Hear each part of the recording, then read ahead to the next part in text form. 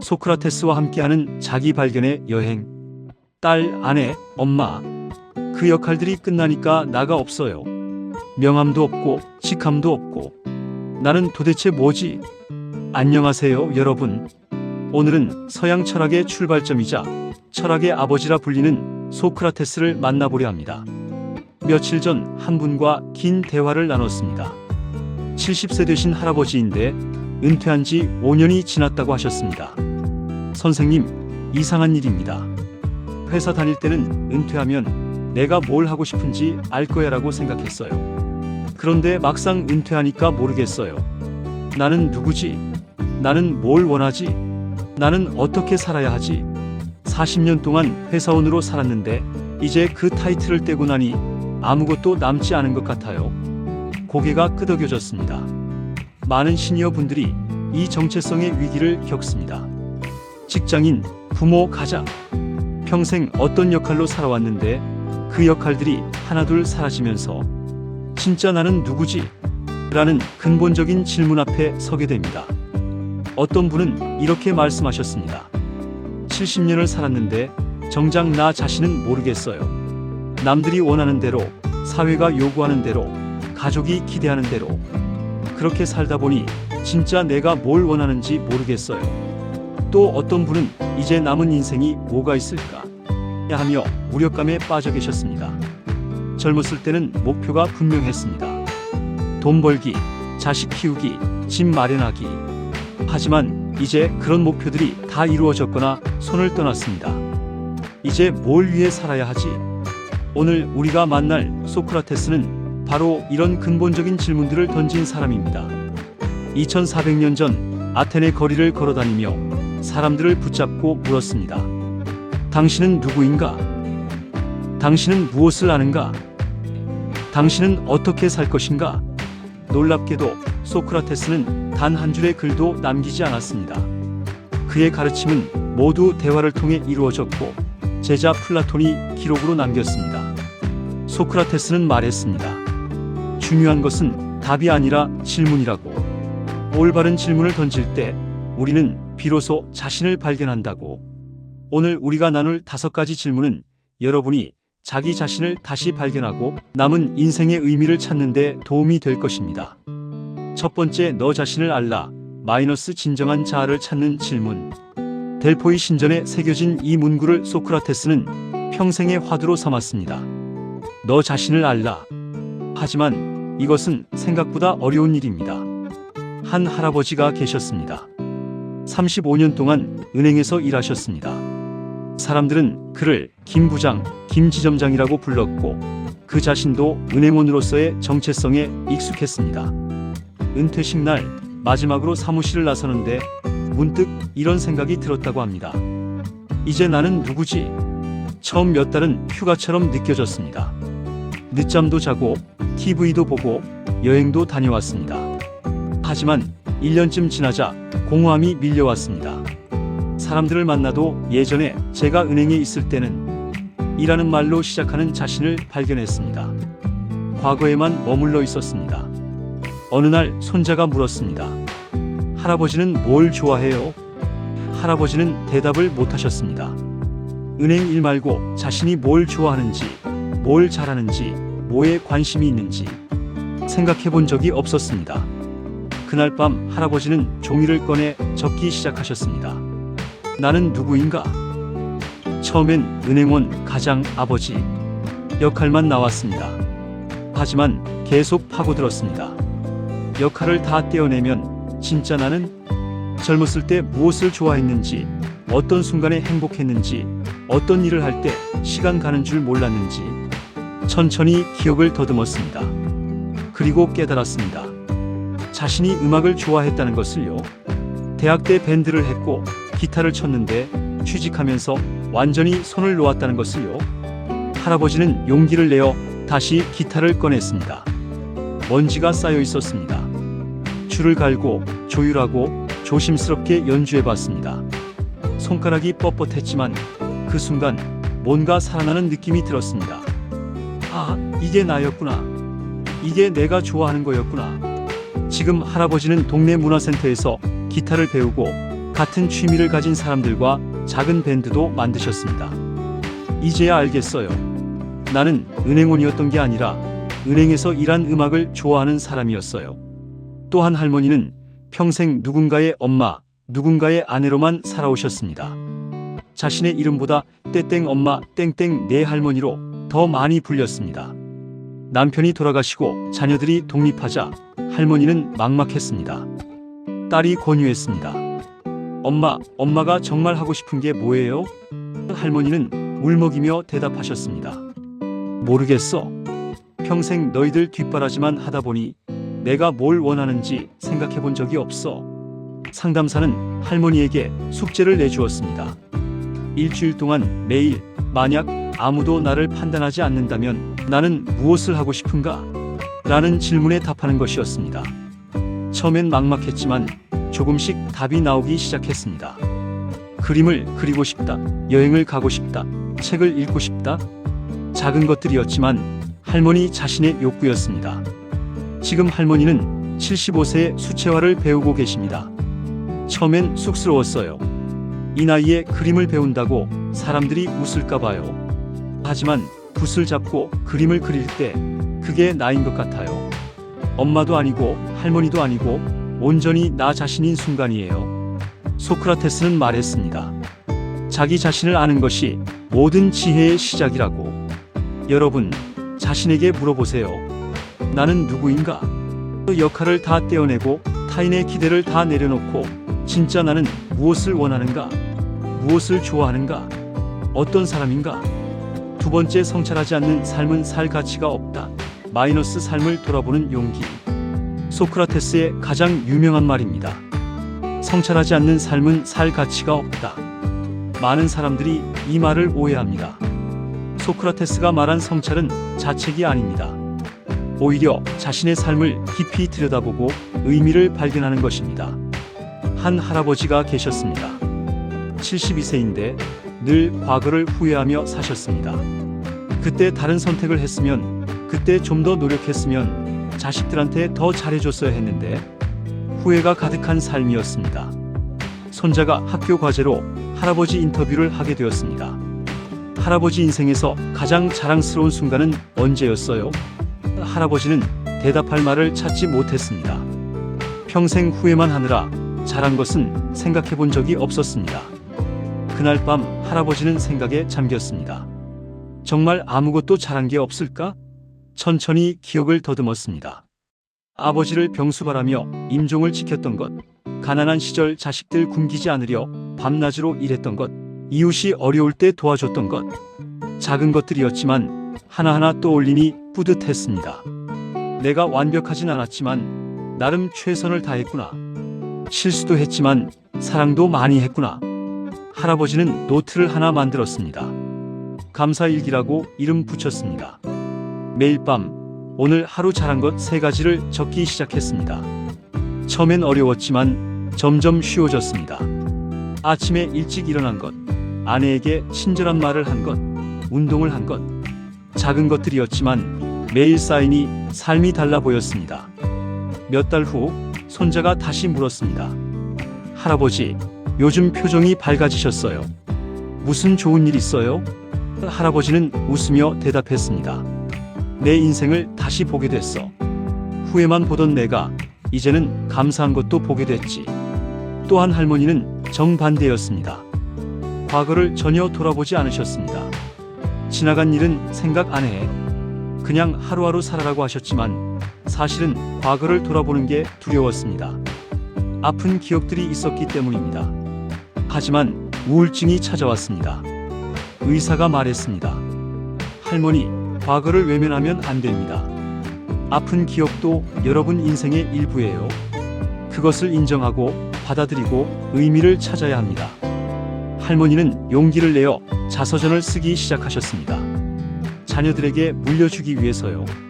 어린 시절부터 현재까지 행복했던 순간도 힘들었던 순간도 모두 적었습니다. 글을 쓰면서 할머니는 깨달았습니다. 힘들었던 순간들이 자신을 더 강하게 만들었다는 것을요. 가난했지만 가족이 단합했던 것, 아팠지만 이웃의 도움으로 이겨냈던 것, 실패했지만 다시 일어섰던 것.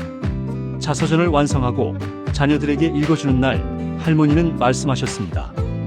엄마 인생이 완벽하진 않았어. 하지만 의미 있었어. 그리고 그 모든 과정이 지금의 나를 만들었어. 소크라테스는 말했습니다. 성찰하지 않는 삶은 가치가 없다고. 하지만 진정한 성찰은 자책이 아닙니다. 자신의 삶을 있는 그대로 보고 그 안에서 의미를 발견하고 그것으로부터 배우는 것입니다. 여러분, 자신의 삶을 돌아보세요. 후회만 보지 말고 잘한 것도 보세요. 실패만 보지 말고 성장도 보세요. 아픔만 보지 말고 그것을 통해 얻은 지혜도 보세요. 여러분의 인생은 그 자체로 가치 있는 이야기입니다. 세 번째, 나는 내가 아무것도 모른다는 것을 안다 - 무지의 자각. 소크라테스는 현자 중의 현자라는 델포이 신전의 신탁을 받았습니다. 하지만 그는 말했습니다. 나는 현자가 아니다. 다만 내가 아무것도 모른다는 것을 알 뿐이다. 이것은 겸손의 미덕이기도 하지만 동시에 배움에 대한 열린 태도입니다. 자신이 모른다는 것을 인정할 때 비로소 배울 수 있습니다. 한 할아버지가 계셨습니다. 평생 기술자로 일하셨고 자신의 분야에서는 전문가였습니다. 그런데 은퇴 후 스마트폰 사용이 필수가 되었습니다. 자녀들이 아버지, 카톡 좀 배우세요. 영상 통화하려면 이렇게 하세요 라고 알려줬지만 할아버지는 자꾸 짜증을 내셨습니다. 이게 뭐가 이렇게 복잡해? 옛날에는 이런 거 없어도 잘 살았어. 나는 늙어서 안 돼. 사실은 배우는 게 서툰 자신이 부끄러웠습니다. 평생 가르치는 입장이었는데 이제 배우는 입장이 된 것이 자존심 상했습니다. 어느 날 손자가 말했습니다. 할아버지, 저는 할아버지한테 많은 걸 배웠잖아요. 자전거 타는 것도, 연 만드는 것도. 이제 제가 할아버지한테 가르쳐 드릴게요. 부끄러운 거 아니에요? 그 말에 할아버지는 마음이 움직였습니다. 그래, 배우는 게 부끄러운 게 아니지. 모르는 걸 인정하는 게 약함이 아니지. 그날부터 할아버지는 태도를 바꾸셨습니다. 이거 잘 모르겠는데 알려줄래? 천천히 설명해줘. 지금 할아버지는 손자에게 스마트폰을 배우고 손자는 할아버지에게 옛날 이야기를 듣습니다. 서로가 서로의 선생님이 되었습니다. 또한 할머니는 평생 교육을 많이 받지 못하셨습니다. 글도 서툴고 배운 것도 적었습니다. 그래서 늘 위축되어 계셨습니다. 나는 몰라. 나는 배운 게 없어서. 하지만 동네 복지관에서 한글 교실이 열렸고 할머니는 용기를 내어 등록하셨습니다. 70대 중반의 나이에 다시 기억 니은 디귿을 배우기 시작한 겁니다. 처음엔 쑥스러웠습니다. 어린아이들이 배우는 걸 이 나이에 배운다는 게요. 하지만 선생님이 말씀하셨습니다. 배우고 싶은 마음이 있으면 나이는 상관없어요. 오히려 할머니들이 더 열심히 하세요. 배움의 소중함을 아시니까요. 6개월 후 할머니는 손자에게 처음으로 손편지를 쓰셨습니다. 글씨는 삐뚤삐뚤했지만 손자는 그 편지를 보물처럼 간직했습니다. 할머니는 말씀하셨습니다. 늦었다고 생각할 때가 가장 빠른 때래요. 나이 들어 배우니까 오히려 더 소중해요. 소크라테스는 말했습니다. 자신이 모른다는 것을 아는 것이 진정한 지혜의 시작이라고. 모르는 것을 부끄러워하지 마세요. 오히려 그것을 인정하고 배우려는 태도가 진정한 지혜입니다. 여러분, 배움의 나이는 없습니다. 모르는 것을 인정하세요. 그리고 배우세요. 젊은 세대에게도 책에서도 경험에서도 세상 모든 것이 스승이 될 수 있습니다. 네 번째 질문하는 삶 - 스스로에게 묻는 용기. 소크라테스의 가장 큰 특징은 질문입니다. 그는 답을 주지 않고 질문만 던졌습니다. 그의 제자들은 처음엔 답답해했지만 나중에 깨달았습니다. 질문을 통해 스스로 답을 찾는 것이 진정한 배움이라는 것을요. 한 할머니가 계셨습니다. 자녀들과 갈등이 많았습니다. 항상 너희들은 왜 내 말을 안 들어? 내가 이렇게 키웠는데 왜 이러냐? 라고 말씀하셨습니다. 자녀들은 점점 멀어졌습니다. 상담사가 할머니에게 질문을 던졌습니다. 할머니는 왜 자녀들이 말을 들어야 한다고 생각하세요?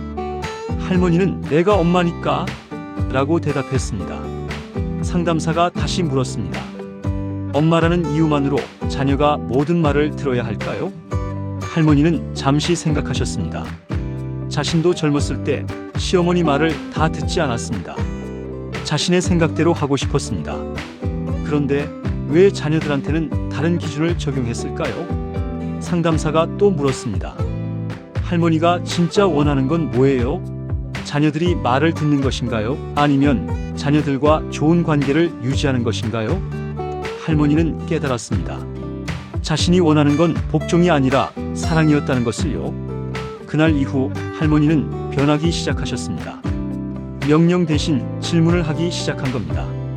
이렇게 해라 대신 너는 어떻게 생각하니? 내 말을 들어라 대신 엄마 생각은 이런데 내 생각은 어때? 신기하게도 자녀들이 더 많이 대화하기 시작했습니다. 명령받을 때는 반발했지만 질문받을 때는 자신의 생각을 나눴습니다. 관계가 회복되기 시작했습니다. 또한 할아버지는 은퇴 후 방향을 잃으셨습니다. 이제 뭘 하지? 막막했습니다. 코치가 질문을 던졌습니다. 할아버지는 무엇을 할 때 가장 행복하세요? 할아버지는 생각했습니다. 젊은이들에게 조언해 줄 때, 손자와 놀아줄 때, 정원을 가꿀 때. 그럼 그것들을 더 많이 하면 되지 않을까요? 할아버지는 깨달았습니다. 답은 멀리 있지 않았습니다. 자신에게 올바른 질문을 던지면 답은 저절로 나온다는 것을요. 지금 할아버지는 동네 청년들의 멘토로 활동하고 계십니다. 인생 선배로서 조언도 하고 경험도 나누고 그 일이 할아버지에게 큰 보람이 됩니다. 소크라테스는 말했습니다. 올바른 질문이 올바른 답을 만든다고. 스스로에게 질문하세요.